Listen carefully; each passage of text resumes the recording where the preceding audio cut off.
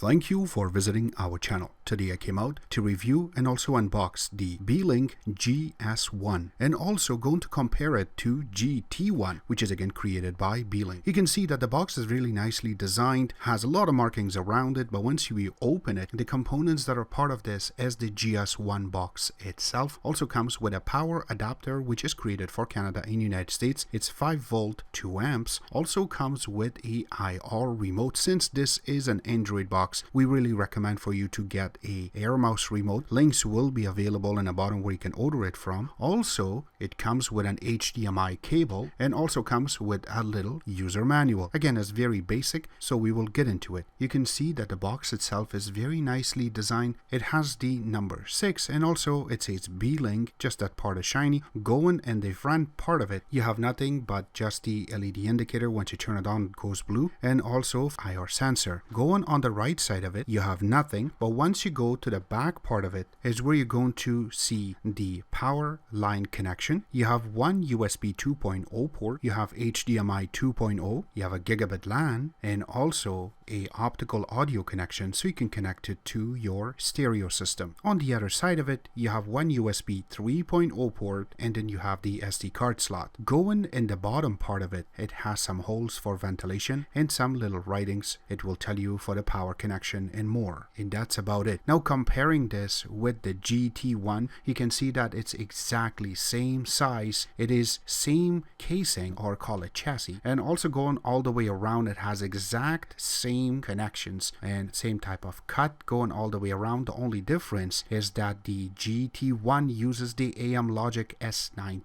chipset and this one is using the AllWinner chipset. This one can take you up to 6K 30 Hz and the S12 chipset can take you up to 4K and 60 Hz. Few seconds, so let's get it connected. Alright, you can see from the start that you have a little home. You do have a little power here. The only problem is that you really need to use the IR remote that came with it and you have to point to it in order to turn it back on. So we cannot click on it, but you do have the sound, so this way you can control the sound through this. And on top of that, you have the Wi-Fi connection, which we are connected right now. You have the Bluetooth and more, all the connections in the bottom. Another thing is that this UI, you can change the background, which is really cool. Also, it has the app killer, so this way anything that is running in a back, when you click on it, it will kill it. Another good thing is that when you click on apps, all the apps will come up that are installed. I have to let you know that something like Kodi was not part of it, and some of these apps on the top was not installed in it. Also, YouTube was not part of it, but it has its own little app that you can install it through. So this is one of the things. Another thing that we really like about this is OS 7. So yeah, there are some little differences that they have put through this. You can see that you can connect it through Wi-Fi as soon as you click on it, and they have customized it so you don't have the settings only showing half of the screen. It's going to show up on full screen, and if you go all the way in the bottom, it's about TV box and it says Android 7.1, and we will get out of this. Now compare this with the Beelink GT1. That is S912 chipset, and yes, that one comes with OS 6. OS 7 is really buggy with that. With this one, it is really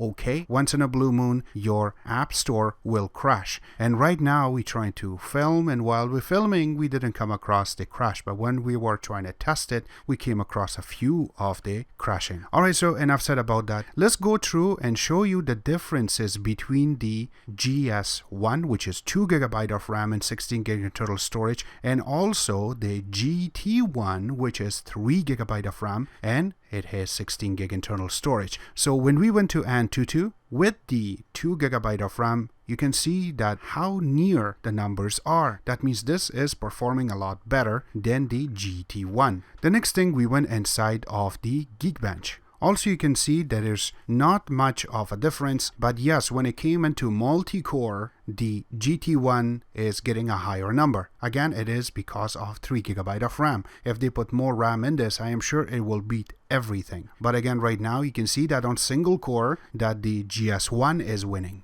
Now remember that this GS1 box It's a gigabit LAN and also comes with AC Wi-Fi. Now when we connected it with LAN connection, here's our result. It has to go over 100 megabit. We have 500 megabit connection here, but you can see that both of them are really lacking. When we went under single band Wi-Fi, here is the result. You can see that we got a little bit better, but again when we went for a second time it fall backward. So I don't understand what exactly wrong with this. When we went to dual band Wi-Fi, which is 5G, it's even got worse. So I know that these guys are always bringing really good boxes. Beelink is doing a really good job, but what's going on this? I hope that these guys are watching and actually doing a little bit better job on this to fix it. On GT1 it's not bad, but on GS1 it's 6K box. It has to do a little bit better. So I know that these guys are watching and it will fix it. But for the meantime, if you want to stream something from the internet, it will not disappoint you, but you will come across some of the stuff that will lack and it will stop eventually. So this is one of the issues that they really have to fix with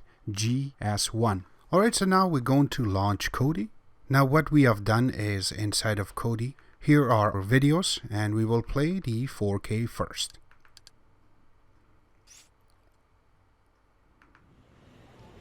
You can see there is a little bit of hesitation trying to play it. Again, this is local. This is not outside of network. And you can see how choppy it is. So it's really hard for it to play a 4K video. We will go into 1080p video and let's see how it is. Yes, you saw that there's a little pause in the start, but it started buffering and made it perfectly. Now it's playing it. And there is not that much of a frame freeze, as they call it. And it looks really good. So we will stop this too.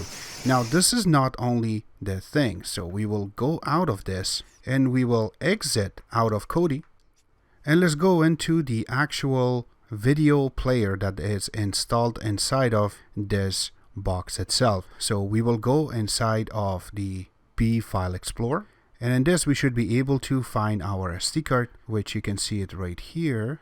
And it says local disk, and there it is. So we will select it, and here is our videos, and let's just try to play the 4K first and see. It says to play it with the TVD video, and let's try that and say just once. And yes, now this is a lot smoother than Kodi itself, so it looks a lot better. And yes, there's not much of pause or delay to it, and this is 4K perfectly. And we will get out of this and let's go into 1080p video and try to play the same thing again. And yeah, again, you see that how fast it went through and start playing it. And let's see if we can go inside of network and try to play it from the network itself. This was local, and we will go on a site. We will go to SMB and it's searching for the network. And there it is. This is from the network, and you can see on the top that it gives you your IP address, also the resolution, everything that we put through. So let's play that same video through the network and let's see how fast it will try to play it for us. So no, we're not going to play it through Kodi, and we will play it through the TVD video. So we will say always, so this will automatically just loads up. And now this one goes through the Ethernet, connecting to our network, which is connected to 10100 connection, and is just grabbing the 4K video. And yes, it cannot play it. But if you want to use something like VLC player, it will work perfectly, and yes, you can play these without any problems. Alright, so the next thing we're going to test is going to be YouTube app. So we will launch it.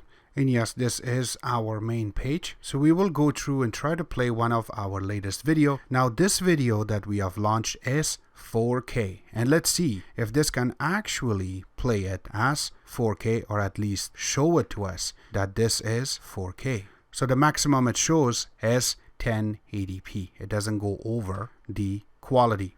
And yes, you can click on it and you can make it full screen and it will work perfectly. And you can skip and you can see how fast it will go through and show you more. So we will get out of this.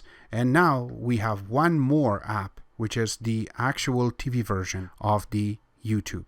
And here's the same video, and let's see what quality it will give us now. So we'll go under quality itself. And yes, the maximum quality that shows up is 1080p. I know that they have provided us with a box that is going up to 6K. That is for the OS itself. But again, this part should show a little bit more. I've seen it before, and we should be able to capture that to the settings.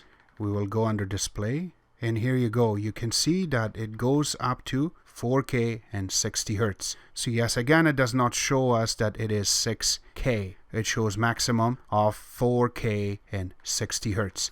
Alright, so this was our take on the Beelink GS1. And also we compare it a little bit with the Beelink GT1. Remember that Beelink GS1 is AllWinner chipset, and it can do 6K and 30 Hertz. But in other hand, the Beelink GT1, which is S912 chipset, has 3 GB of RAM with 16 gig internal storage. That one do 4K and 60 Hertz. So there are a little bit of a differences in between. But again, this is our take on both of them. Links will be available where you can order the Beelink GS1 from, and also Beelink GT1 at the bottom of this video. Except that, I hope you guys like our video. If you do like it, click the like button, subscribe button on the top, comment in the bottom. Always remember to visit our own website, which is exitex.info. Like us on Facebook, follow us on Twitter, Instagram, and other social networking places for more updates. And thank you.